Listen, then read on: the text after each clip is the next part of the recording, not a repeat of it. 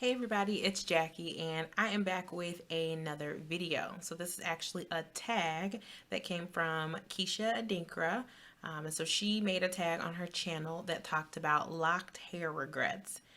I have been locked for nearly 3 years. It'll be 3 years on March 16th. And I was like, yeah, I need to do this video because there are a lot of things that I definitely regret that I did to my locks, and I want to share those with you guys. So I'm going to share 5 of them. So I'll start with 5. 5 is separating my locks. So I got my locks started on March 16th, 2015, and I got them started by a loctician in the Houston area. I will not name any names. I won't say anything about that loctician, but she started my locks and I asked for small to medium locks. Now, when she started them, I don't know how many I had. I want to say probably close to like 100 total. And the parts were very large. If you want to see what they look like, go back to my first couple of videos, probably first like 2 or 3 videos, you'll see how large the parts were.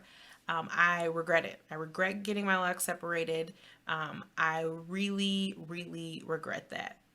Second thing that goes hand in hand with that is I regret not getting them started by somebody who could explain to me the texture, the density, and kind of like what they foresaw my locks looking like in the long term.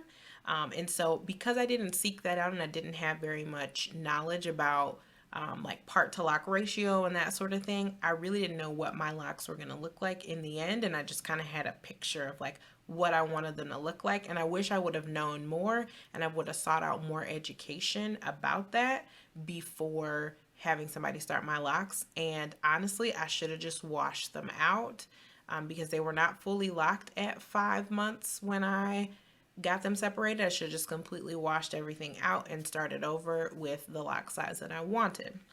Number 3, I regret not taking the weird ends off of my locks when they got separated. So if you look at this here, this lock, you can kind of see how it gets skinny here and then it's big again on the bottom.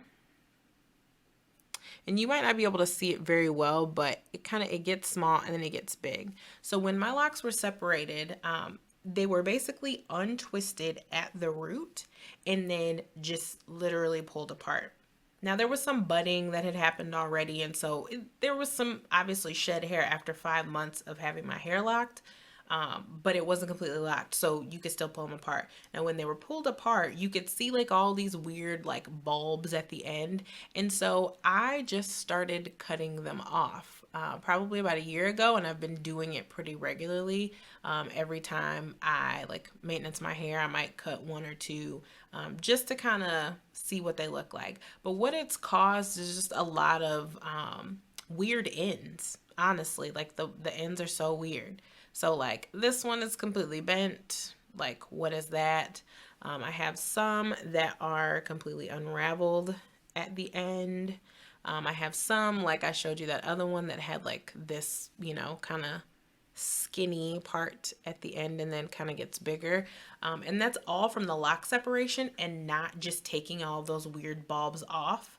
And trying to hold on to shed hair because I wanted my hair to lock and I was like, oh, like this will help. And I mean, for the most part, it's fine. Like my ends don't look horrible by any means, but for a more like cylindrical, even look, I think if I would have taken all those pieces off, it definitely would have been better for me and the look of my locks.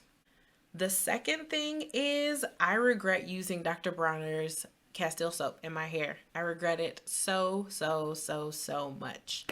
It's caused me a world of problems, and I definitely would have been better off if I just had continued to use Damian Walters, his whole line, and continued to use that until I was comfortable finding a natural alternative that was not Castile soap. I wish I would have researched more, dug into things a little bit more before I just started putting something new on my hair. You'll notice a theme.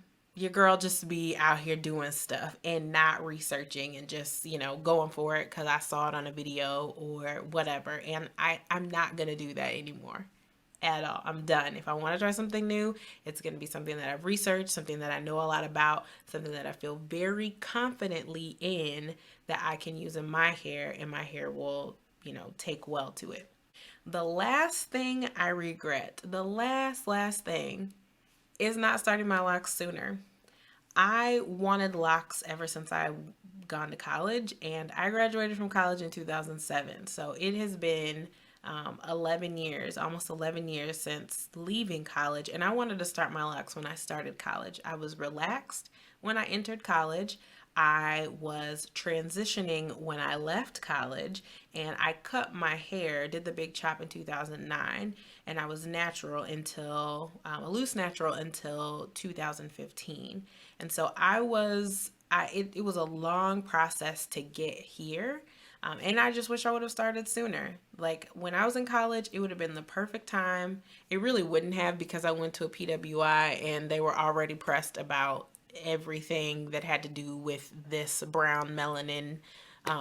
But it would have been a great time to start locks because I was in school. I would volunteer, but I wasn't in like any spaces where I would have felt uncomfortable having my hair look a certain way. I've come a long way with that for sure, but I think I would have been comfortable starting my locks in college. And I just wish I would have started them sooner, honestly. So those are my 5 things. This is a tag. So if you are a YouTuber and you have locks and you are interested in talking about the regrets that you have about your locks, then go ahead. I tag you. Let's keep this thing moving. And I will see you guys in the next video. Make sure you like, subscribe, comment, all that good stuff. Even if you don't make videos, leave your regrets down in the comments because I'd love to converse with you guys. I always love a good conversation. Talk to you guys in the next video. Bye.